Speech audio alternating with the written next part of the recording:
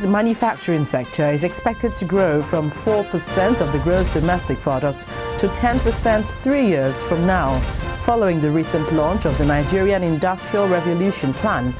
This week's edition of the program looks at the plan and Nigeria's industrial development.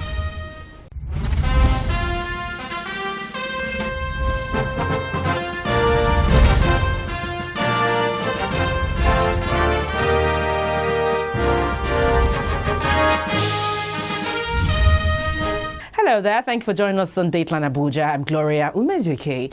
Well, Nigeria's vision to become one of the 20 most industrialized economies by the year 2020 is gathering momentum. The Industrial Revolution Plan plays a key role in that direction. Now, a member of the advisory board for the plan will be discussing this plan on the program today. Plus, you may have heard of female taxi drivers, female pilots, female automobile mechanics, and definitely female engineers. But have you heard of a female generator repairer? Well, that's on our special report. But up ahead, watch how the United Nations Industrial Development Organization placed Nigeria under the United Nations Accelerated Intervention Program for Industrial Development. Well, this position was taken after the organization endorsed Nigeria's Industrial Revolution Plan. UNIDO has not only associated itself with the unparalleled and rapid transformation taking place in Nigeria, but it has clearly endorsed Nigeria's Industrial Revolution Plan, launched by Mr. President in February 2014. To further demonstrate its commitment, UNIDO decided to open an investment and Technology Promotion Office, called as ITPO, in Nigeria, to fast-track Nigeria's ability to attract industrial investments, as well as provide support in adopting and dispersing industrial technology. What is unique about this is that UNIDO only has 8 of such offices in the world. And Nigeria will be hosting the first and the only ITPO office in Africa. It shows that the world is taken and continues to acknowledge the effort of this administration in transforming the structure of our economy as a nation. This is not the first time, but I think this acknowledgement and selection sends the right message to Nigerians and to global investors that Nigeria, the transformation in Nigeria is actually the right step and is moving in the right direction.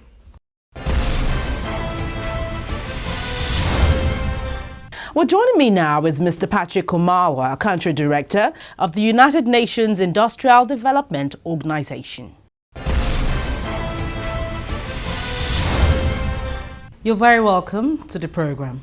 Thank you very much. Right, Dr. Patrick, let's have your assessment of the recently launched Nigeria Industrial Revolution Plan, which UNIDO recently adopted. Well, the Nigerian Industrial Revolution Plan, I think it's one of the best plans you've ever had before. Myself, I've been following up the development in this country since 1980s, and you've never had a consistent plan that merge 3 key principles of economic development. 1, your investment strategy; 2, your industrial strategy; and your trade strategy. And if all 3 are in abeyance, are not in consonance with each other, you will not get the right impact that we expect. So the Nigerian Industrial Revolution Plan, that is one advantage it has over the other plans that we are all standalone. So you have a plan that has identified the key areas that Nigeria has a huge comparative advantage. For instance, agribusiness. For example, the oil and petrochemicals, the light manufacturing. These are areas that Nigeria has comparative advantage. And the plan has identified drivers that will make these 5 key areas can develop and can also contribute to the development of the country. What are the drivers? The drivers are, for instance, power.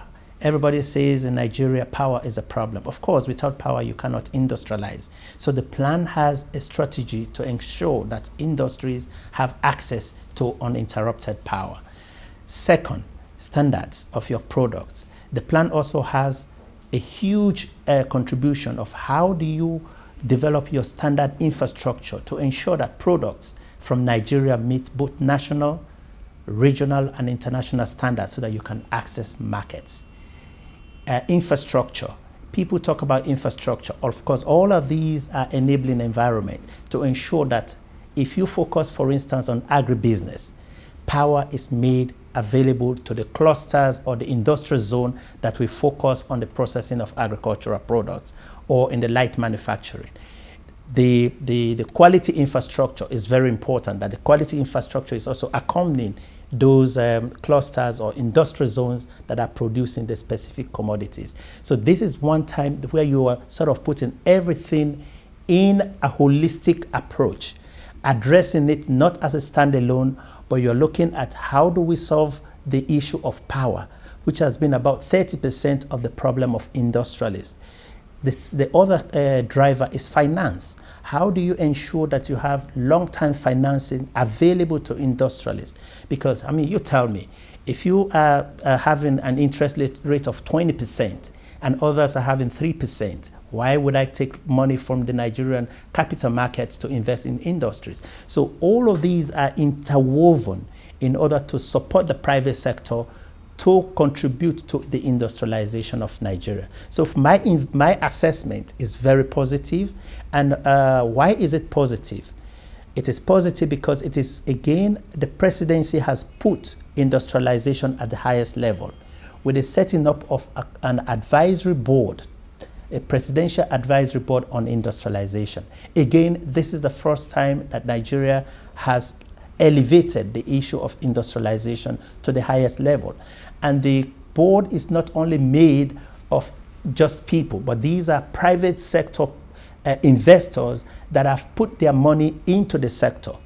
And of course, few public sector and UNIDO. So when you have a policy or a strategy put at the highest level of government, then investors will take it seriously. And we believe in UNIDO that the Nigerian Industrial Revolution Plan will actually materialize, and that is going to revolutionize the industrialization of this country, which has been lacking for the last 40 years. Exactly. Let's look at the feasibility of this, because one can readily equate industrialization with Nigeria. You can't say Nigeria is thriving when it comes to this aspect. So, I mean, how possible would this be? Over the years, we've had this rot in this sector. Yeah. How do you intend to excavate this and give us what we want? Well, I mean, over the years, as you rightly said, I mean, policies that we are put in place, not that they didn't have policies, the past government or past ministers, they had policies. Exactly. You readily said, recently yes, that the policies are faulty. Yes, that's what I'm coming. Explain that. The problem was that as you develop your strategies, your policies and strategies, with change of government or change of ministers, you start going forward one step, and then you go 3 or 4 steps back. And when you do that over a long period of time, as we have seen in this country, you won't only be working against your industrialization, but your whole economic growth, because you cannot grow on a sustainable basis if the private investment in your country is not growing. But what we've seen in the last 3 to 4 years is that FDI has been on the increase. Although you hear a lot of noise about Nigeria, which means there's confidence in the system. Now, if you are taking policies and you what Nigerians normally refer to as policy somersault. I mean, you have a policy in place, you have a strategy in place, but with the change of government, you go back 3 steps or 4 steps. What happens over 10 years or 5 to 10 years period is that you become -4 or -5 in your industrial development plan or industrial development and growth. So the Nigerian Industrial Revolution Plan has taken that into consideration. We did consult, the minister and all the stakeholders involved did consult widely to ensure that we learn from past mistakes. And with the institutionalization of the Presidential Advisory Board on Industrialization, we believe that there will be no turning back. And it is only when you implement a policy and a strategy over a period of time in a consistent manner that you will see the results that you look for. So that is why we believe that the Nigerian Industrial Revolution Plan is actually there to revert the decline in industrialization, that the deindustrialization which we've seen in Nigeria over the past years will be an issue of the past, and that we'll see growth in industry, we'll see growth in jobs, we'll see growth not only in incomes of people, but of course with sustainable incomes of people working in industries. And mind you, without industrialization, the issue of jobs for youth will not be addressed in this country, because governments cannot employ the growing number of youths. It is when you have the private sector investing, be it in agribusiness, be it in ICT, be it in the light manufacturing, be it in the petrochemical industries, adding value to your products, that will create the jobs. Imagine from production to the marketing of the products, from the value addition, you see the number of jobs that will be created. But what has been happening over the years, Nigeria was, for instance, one of the largest exporters of cocoa. But what happened? The concentration shifted. Shifted to export of cocoa beans, which means you're actually exporting jobs. You didn't add value to it. And what has happened? I visited some of the old cocoa farms, and the farmers told me they are cutting them down to make other farms, other products. So you need one of the strategies in the Nigerian Industrial Revolution Plan is to focus on agribusiness, the nexus between agriculture and industry.